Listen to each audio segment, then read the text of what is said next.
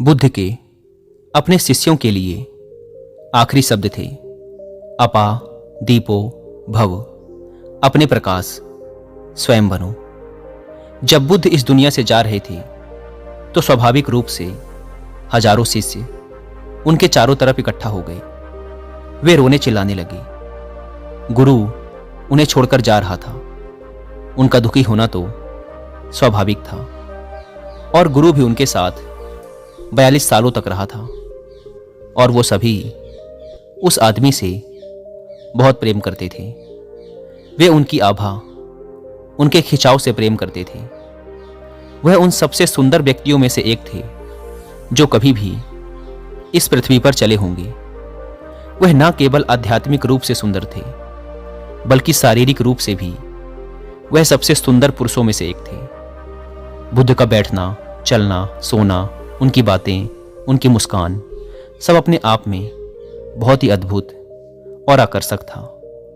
बुद्ध को देखना ऐसा था मानो किसी ताजे खिले कमल के फूल को देखना, पूर्ण रूप से निश्चल, शांत और स्थिरता की मूर्ति। और वे सभी लोग बुद्ध से अथाह प्रेम करते थे। उन लोगों ने उस एक इंसान के लिए सब कुछ त्याग दिया था, सब कुछ जोखिम में डाल दिया था। लेकिन अब वही इंसान उन्हें छोड़कर जा रहा था तो वो सब रोने लगे।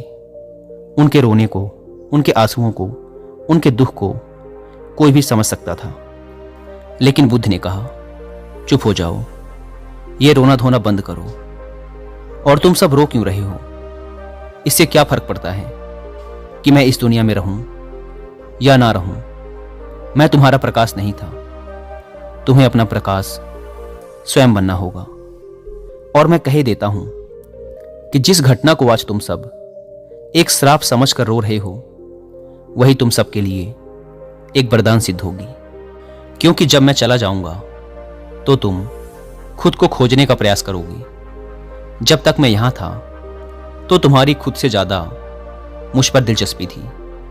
हालांकि मैं लगातार तुमसे कहता रहा कि खुद के भीतर जाओ, खुद को जानो, लेकिन तुम मुझ पर ही ध्यान केंद्रित कर रहे थे।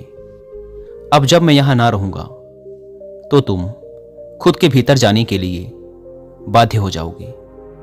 और ठीक ऐसा ही हुआ। बुद्ध के महापरिनिर्वाण के बाद बहुत से लोग बुद्धत्व को प्राप्त हो गए। जब उनसे पूछा गया कि बुद्ध की मृत्यु के बाद इतने सारे लोग प्रबुद्ध क्यों हो गए, तो उन्होंने कहा, अब हम समझ पा रहे हैं कि बुद्ध ने ऐसा क्यों कहा था कि जिस मृत्यु को तुम अभिशाप समझ रहे हो वह तुम सब के लिए वरदान सिद्ध होगी। क्योंकि एक बार आपने बुद्ध को देखा और वह चले गए तो फिर बाहर देखने लायक कुछ भी नहीं है। इसीलिए हमने अपनी आंखें बंद कर ली। हमने बुद्ध के रूप में वह सब देख लिया है जो सबसे अधिक देखने योग्य था। हमने इस संसार के सबसे सुंदर व्यक्ति को देखा है और अब क्या देखा जा सकता था? बुद्ध के जाने के बाद ना तो कुछ सुनने लायक बचा था और ना ही कुछ देखने लायक। तो हमने अपनी आंखें बंद कर ली और भीतर की ओर मुड़ गए। पर क्योंकि अब बुद्ध बाहर नहीं थे तो पहली बार हमने उनकी आवाज अपने भीतर सुनी।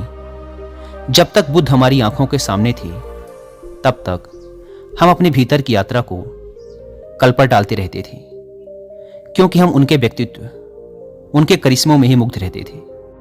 लेकिन जब वो चले गए तो हमें मजबूरी में अपने भीतर उतरना पड़ गया। शायद बुद्ध का इस दुनिया से जाना ही उनका आखिरी और सबसे बड़ा उपदेश था।